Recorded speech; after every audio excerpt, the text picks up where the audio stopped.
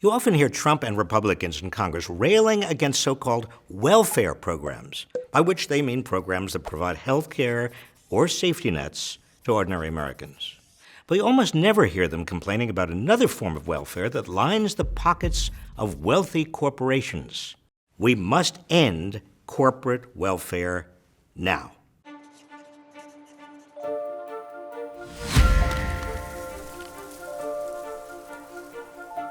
There are several ways corporations get rich on the taxpayer's dime. The most obvious comes through subsidies or tax breaks for certain businesses or industries.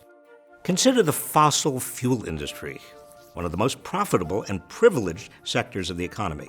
Every year, oil companies get to deduct millions of dollars from their tax bills for the cost of new wells, oil exploration, and other drilling and mining expenses.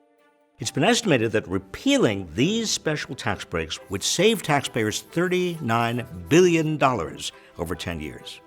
Other examples of corporate welfare include billions in government subsidies for agricultural conglomerates, pharmaceutical makers, tech giants, and defense contractors. Other industries don't get these benefits. Meanwhile, most families don't even benefit from tax credits and deductions for childcare. State and local governments are also handing out corporate welfare, often with no strings attached.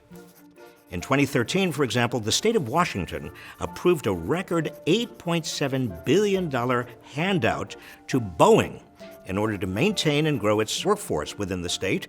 What did Boeing do?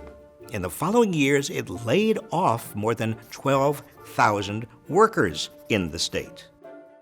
State and local tax breaks for corporations are estimated to cost local schools almost $2 billion a year in lost tax revenue. It's argued they create jobs, yet nationwide not a single new job is created. At most, the jobs are merely moved from state to state. Now, how do corporations get this corporate welfare? Well, follow the money. They spend hundreds of millions on lobbying and campaign contributions. Here's an even more insidious example of corporate welfare.